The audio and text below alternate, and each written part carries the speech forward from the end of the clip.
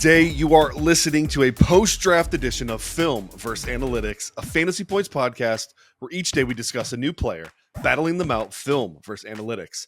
I'm your host, Brett Whitefield, the film expert. I'll be joined by Scott Barrett, the analytics goat. We are Fantasy Points. What? Why are you shaking your head? You're welcome.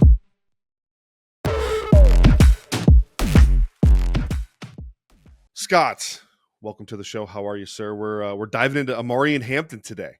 LA Chargers running back, drafted in the first round. We had 2 round 1 running backs this year, so that's exciting. Why don't what do you think here? You excited? I'm excited. Yeah. I think like Ashton Jeanty kind of sucks the air out of Omarion Hampton's tires a little bit, but like 102 is, that's where you should take Omarion Hampton, and like you should feel great about that. And, Whoa. Super valuable. Whoa, you're doing the end of the show at the beginning. What's going on here? Did I mess things up? No, that's good. We'll bury the lead next. Let me give you my film breakdown on him. I'm sure you got some juicy nuggets data-wise too. So, yeah, my favorite thing about Hampton, the first thing you see right away when you put on the tape is he is a imposing dude. He is big, he's physical, and he's fast. That's usually a really good combo at running back, unless your name's Isaac Guerendo. So, Omarion Hampton is, also just look at the way he's built. You know, I'm kind of being weird, but dude's got muscles popping out of places I didn't know you could grow muscles. I love that rocked up musculature. It shows a hardworking guy, right? He's in the gym hitting it every day. He's a hammer, straight up. He runs. I wrote in his prospect profile that he runs like a Viking warrior in battle. It's true. It's like he hits a second level. He finds a linebacker, smashes his face in. Finds the next guy, smashes his face in. Reminds me a little bit of like William Wallace just running up the battlefield, just cutting dude after dude down. That's how he plays. That's awesome. That was a great comp. Do you know how long William Wallace's sword was? It's crazy long. I've seen like people trying to swing a similar sword. It's like 5 feet 4 inches. Like I don't even know how that's possible. Whew, that's like swinging a bot. Like and he used it in battle. Right. That's Hampton right there. He's William Wallace swinging a 5+ sword. How tall was William Wallace? I don't know. 6'7". Whoa. Okay. Yeah, big guy. Google says. Anyway. All good. So Hampton, he's got scary burst and acceleration for his size. And you've talked to me about running backs enough. You know that my 3 premium buckets for running backs, premium traits are vision, burst, and make you miss ability. You see the make you miss ability in the burst with him for sure. I think the division has a little bit of work to be developed, but ultimately he checks 2 of those 3 boxes. So he's good in my book. I know, like, for as much as I like Hampton, I think people see the 4.46 and they think he's going to be a home run hitter, like at will, like a Jahmyr Gibbs or a Bijan type. I don't really see that with him. There's a few plays in college where he gets hawked from behind. I don't see 4.46 necessarily. I do see elite acceleration though. Like he gets on the gas quickly, but I don't see necessarily the breakaway run potential.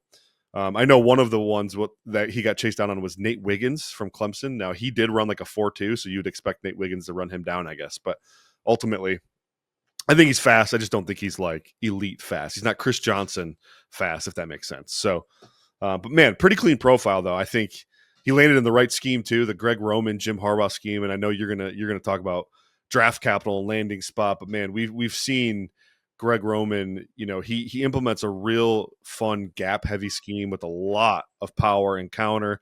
Hampton's just going to be dynamic. These are all alley runs where you're getting Hampton downhill fast. And I like that. They're going to mix in a good bit of duo and inside zone with that too. So I like just the scheme he landed in, just going to really lean into that skill set.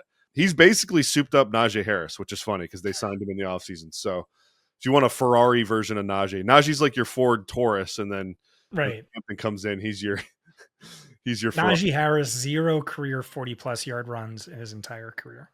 Yeah, well, I'm not expecting that from Hampton. Hampton's got a lot of juice, so we're good there. But yeah, that's the film take on him. Yeah, analytics. his sophomore season was incredibly impressive, really one of the most impressive seasons of any running back in this class. And then even better the following season, despite losing his star quarterback, Drake May, North Carolina falling to a 6-7 record. Even more impressive, 138.8 rushing yards per game. That was the best of any power conference running back in this year's class. I think one of the most underrated components of Hampton is his pass catching upside, like especially in tandem with how good he is as a runner. So all power conference running backs with at least 130 rushing yards per game and at least 30 receiving yards per game in the same season. This is over the last 30 years. Ready? Eddie George, Reggie Bush, Christian McCaffrey, Dalvin Cook, Zach Charbonnet, my guy, Cam Scatabo, and Omarion Hampton. So just those 7 running back seasons, that is it. So really good upside there, but obviously calling card is who he is as a runner. Like you said, Viking power, you really see that. Other running backs wish they could get 1,000 rushing yards in a single season, right? Hampton had over 1,000 rushing yards after contact in each of the last 2 seasons. Only Jonathan Taylor, only AJ Dillon have ever done that over the past decade. So you look at hyper efficiency, yards after contact per attempt, it's there. It's really impressive. The one knock on Hampton is actually the same as Jeanty. Despite being on a power conference offense, North Carolina, they had one of the weakest strength of schedules. It was actually not much tougher than what Jeanty had in the group of 5. It was 45th percentile last year. Jeanty's was 38th. Yeah. So that's really outlierishly soft for a Power 5 school. But I dug deeper into this and I really didn't see it as too much of a knock. It does obscure things in my model, and it's a trickier eval, or maybe our confidence levels could be lower. But like personally, I just didn't see it as too concerning, just because his supporting cast was so awful. He really had like among the worst offensive line over the last 2 seasons. And this shows up in the numbers. My favorite way to articulate this was he was contacted at or behind the line of scrimmage on 48% of his career carries. That was by far the highest in the class, but he still averaged 2.41 yards per carry on those runs, 4th best among all running backs in this class. And you remember last year, some of J.K. Dobbins, right? Like a pretty cooked J.K. Dobbins, just having these wide open rushing lanes. And I am excited to see what Omarion Hampton, uber athletic, 96.1 spork, can do behind some of those holes, or even without it, just like wrecking ball, like you said. And so I feel really good about him as the 102. That's how I had it pre-draft. Maybe the landing spot changes things. So I think that's worth diving into. Yeah, I love what you said about the pass catching upside, something I didn't know in my little spiel. But when you don't see a ton of reps on tape of him routing guys up, but what you do see all through his tape, super loose hips and ankles, very flexible frame, and then just amazing footwork in the backfield. And for a bigger running back, that's rare. But what those 2 skills point to is the ability to develop a really wicked route running game.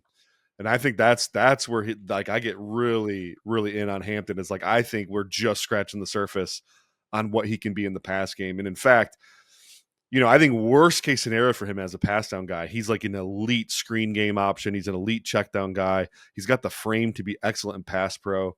For me, there were a lot of people with questions on the pass down work with Hampton. I think he's an easy projection as a 3 down bell cow type back, where he could eventually get a role where he's playing 95% of his team snaps. You mentioned the landing spot with Greg Roman. Anything you want to add to that, or you just like it? Well, we know they want to run the ball a lot. Despite, not great game script, and despite not great running back talent, they ranked 12th in carries last year, 7th in rushing touchdowns last year. You look back over Harbaugh's history, you look back over Greg Roman's history, and yeah, this is an offense that typically ranks top 5 in carries. They love to pound the rock.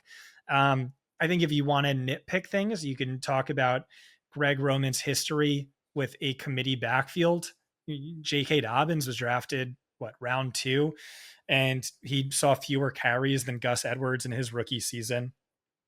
And that was kind of before all the injuries mounted up, although he did deal with a few injuries. And yeah, all throughout his like Baltimore tenure was very much committee backfield. And so like you worry, like, is Najee Harris, is this going to be like an RB1A, RB1B committee backfield? I will just say, like, I watched this press conference and like they were asked about how this backfield shakes up and like what do you think about Najee? And they're like, oh yeah, we like Najee, like 17 game schedule. You need multiple backs. It can't all just be one guy. I don't know, but like reading between the lines or just like looking at Harbaugh's poker face, and it's just like, we are so excited about Hampton. Najee's just a guy. We signed him for a 1-year deal with like nothing guaranteed. And that was the vibe I got. And I like, that's one of the biggest calling cards, like why you would draft a Hampton is like the bell cow profile and pedigree. So, maybe this is a committee, but it's still like, I think one of the better landing spots. And I'm honestly, I think like the committee component is maybe even a little overblown. Yeah. So like worst case scenario with the committee thing, it's for 1 year. Like you're going to get a bell cow Hampton for the next 4 at least. Right. So like I'm not too worried about that. I think a more concerning thing, and I know that you said they ranked 12th overall in team rush attempts. But I look at like the 12 out of the last 13 games, they had a pass rate over expectation, a positive pass rate over expectation, meaning they're leaning into the pass game a little bit more than the running game. Now, some of that was completely game script dependent, right? Like, I don't know how much you adjust for that in the pass rate over expectation model. I know that the defense was bad though. So even in neutral or good game scripts, I'm assuming that they felt like they had to pass the ball because they knew the defense would give up points eventually. So that was kind of how I was reading it. And it was also like, don't forget, like, Gus Edwards seriously hurt, J.K. Dobbins, really fair. a shell of his former self. But the first 6 weeks they led the league in run rate over expectation. Then these shifted, like you said. Yeah. But it also could have been, don't forget, Justin Herbert came into the season with an injury. So it could have been that. Yeah. He's also a made man. Like he's paid, right? So like, yeah, at some point you got to put it on his shoulders to carry it. But either way, I'm not really, I actually like the landing spot for the scheme, aspect of it. Plus I don't think Najee is a real threat long-term to him at all. So, yeah. So you're are you steadfast though, that he is your 102? Yeah, I think so. Okay. So this is where you and I disagree. I love Hampton and I'm scooping up shares of him, but I'm doing it at the 3 and the 4 as often as I can. At the 2, I prefer to trade back, or I go with Ted McMillan personally. Okay. So, okay. Yeah. I love Ted, but no, yeah. I would go Hampton personally. Yeah. If I have to, like, I try not to, knowing I'm losing value because Ted's really going 4th or sometimes even 5th. I try to trade back if I can, but if I'm forced to stick and pick at the 2, I'm taking Ted over Hampton. So that's just me though. You're the Dynasty expert. I learn a lot from you guys every day. So, all right, we good here? We're good. All right. That is Los Angeles Chargers running back Omarion Hampton. We will be back with the Ohio State running backs. Thanks for sticking with us.